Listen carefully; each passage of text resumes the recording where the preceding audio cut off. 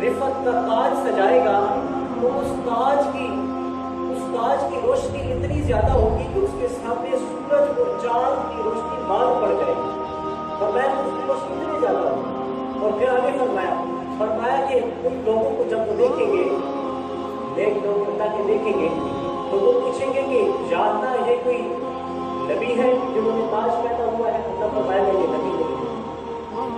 लोग पूछेंगे ये शहीद है जिन्होंने तेरी राह में अपनी जान के नजराने पेश किए? अल्लाह फरमाएगा ये लोग शहीद भी नहीं है। लोग पूछेंगे ये तेरे वली है, नेक बंदे हैं? अल्लाह फरमाएगा ये मेरे वली भी नहीं है। पूछा जाएगा ये सदीक है? रब फरमाएगा ये सदीक भी नहीं है। पूछा जाएगा ये सहाबा है? रब फरमाएगा ये सहाबा भी नहीं है।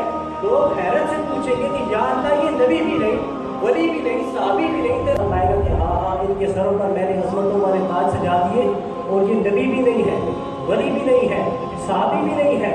ये मेरी उम्मत के वो गुनहगार लोग हैं जिन्होंने अपने बच्चों को मदरसे में भेजा, मदरसे के कारी ने उनके बच्चों को रब्बे ज़ुल जलाल के कुरान